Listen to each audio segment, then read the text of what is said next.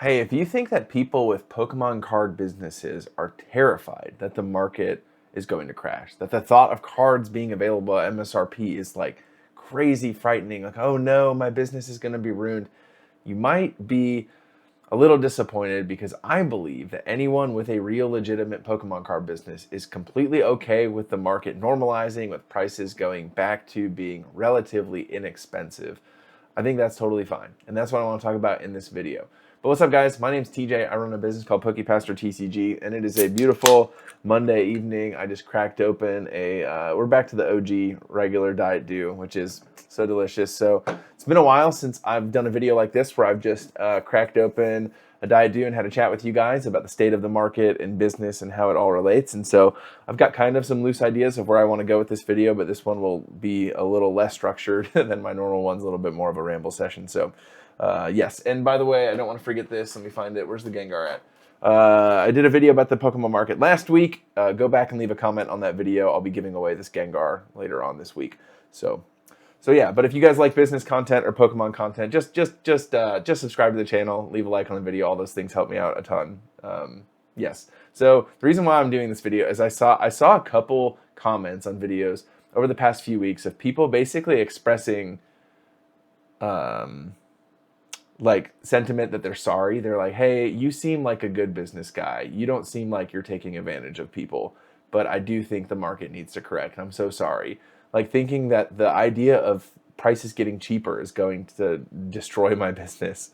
And this is where I just want to clear some of that up, because I think everyone I've talked to who has a legitimate Pokemon card business, everyone I've talked to, whether they have distribution, whether they're rip and shipper, whether they're a reseller like me, nobody is terrified of things going to zero. Even investors that I know, when I say to zero, like to MSRP, nobody's like crazy scared of that happening. And I've got a bunch of reasons why I think that's the case. But the first one is that for resellers, for people like me, I buy collections and I sell them on TCG Player, whether it's sealed collections or singles. Now, sealed stuff, I typically try and move on my pro seller site, which, by the way, if you want to see what I have available, link down below, 5% under market. You guys can check out what I got. We're kind of dwindling out of that last collection I bought, but I still got some cool stuff. So that's my business strategy, right? Anyone in the reselling space, that's it. Because packs have gotten so expensive, because the ability to go and to just casually rip open cards has been more challenging. The amount of buyers that are the amount of sellers that are just around, right? People who just have cards ready to go that they're looking to sell has gone down significantly. Like, I still have people that I buy from. I still have people who reach out to me with stuff to sell, but it's a lot less, hey, I opened up a bunch of the most recent set and I want to sell you the stuff I don't want. That used to happen all the time. That doesn't happen as much anymore. And I kind of miss that for a few reasons. Like, it's nice to have decent inventory on hand for the set that just came out, for collectors, for people who play the game, for all of that. And also, I just love meeting new people. Like, I love buying stuff from the people I bought from a bunch of times before. That's really cool. But I also love getting to meet new people and interface with new people and be like, hey, what's up? Like, I'm TJ. Like, here's my YouTube channel. Like, tell me how what do you do in the hobby? Are you a collector? You play the game? Like, what do you do? And the ability to meet new people has gone down because the casual collector has had a really, really rough go with prices being as high as they are. And that sucks. Like, I think the casual collector is really the backbone of this hobby, and the fact that it's been a difficult, like 6 months or 10 months or 8 months or however long it has been for them, like that sucks. Like, I get that. I completely understand the frustration that people have. And so the fact that that's maybe going to go away, or at least things might get easier for the casual collector, is kind of cool. Like, that thought excites me. So while my current inventory might lose some money in value if the market continues to go down, the amount of people, casual collectors, who are able to go and rip packs and then, hey, I was really going for this card, I didn't pull anything that I wanted, and so I want to sell these cards, like, will you buy them at 70%? Like, of course. Like, hey, what's up, man? Like, yes, absolutely. And that's great. And side note, a little side tangent, squirrel thing here. Phantasmal Flames. There's been a lot of hype that I've seen around that Charizard. Have you guys seen that card, by the way? If you haven't seen the SIR Charizard from Phantasmal Flames, it is really cool. In fact, I heard Mason CNA Games talking about it in a video. He said it's like one of the coolest cards he's seen in a while. So I don't think that we're going to be able to get that set on release. Like there's just going to be oodles and boodles of that just sitting on the shelves, collecting dust, waiting for people to come in and rip it open. That doesn't seem like it's going to be the case, but maybe sometime soon. The reality is that we are seeing like a pretty big drawback in modern, at least 15-20% drawback in like modern stuff. So anyways, but that's the first thing, right? Businesses will have more people to buy from when casual collectors are able to acquire product easier, okay? What about rip and shippers? The evil rip and shippers. Oh my God, these people are destroying the hobby, these evil rip and shippers. Screw them, man, get them out of here. I wouldn't consider myself a rip and shipper. I do a live stream on Sunday nights where I do let people buy stuff from my store, and if they want me to, I will rip it open. If they want me to, I'll send it to them sealed, right? I've got a very random and eclectic, it's very strange the amount of inventory I have on because I buy people's collections, right?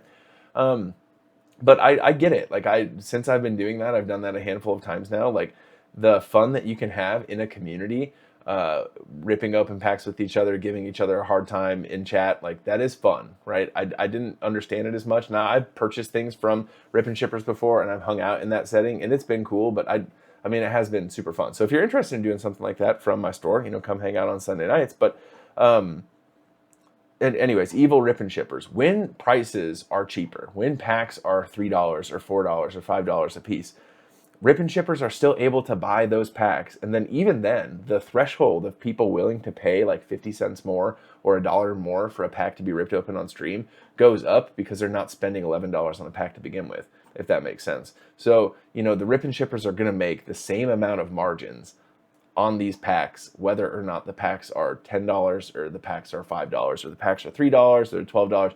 It doesn't matter. They're going to be fine either way. Okay, I promise. So they're going to be okay.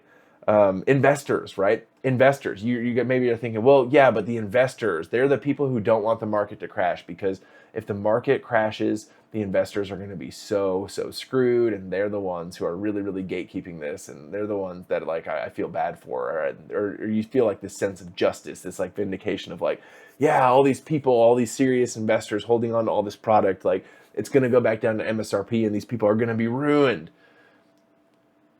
Some people may be in financial turmoil if the market goes down. Some people. I wouldn't say these people are the real investors. The real people who invest in this stuff, you guys, are not concerned with a 10, 20, 30, 40, even 50% drop, because they're not holding it for 1 month. They're not holding it for 2 months. They're not even holding it for 2 years. They are in this for the long haul. They are in this until Lost Origin is $2,000 a box. They're in this until Destined Rivals is $1,000 a box. They're in this until 151 ETBs are, gosh, I don't know, 600 a box or something like that. And because the market has been so hype, the real hardcore investors that I know have tens of thousands, maybe hundreds of thousands of dollars sitting here waiting for a crash to happen. The moment we see a massive influx of product, these people are going to go to town, right?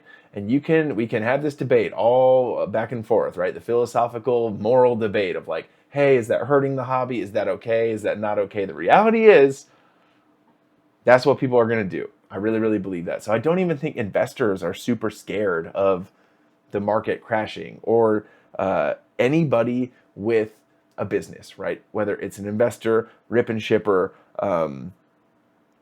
reseller, basically anybody besides a scalper, right? The scalper is the real person. And when I say scalper, I'm exclusively talking about someone who has made a deal with MJ Holdings, or they know their local MJ Holdings person. They know when they're going to show up at the various Walmarts and Targets or whatever. And they go and they, clear out the shelves, and then they go home and they list all that stuff, or they sell it locally, or they have a rip and ship, and that's where they get all of their inventory. Like, those are the only people whose business is going to be in jeopardy if the market crashes. Everyone else, as long as they've been setting up their business the right way, they're going to be just fine. Because anyone with a brain that is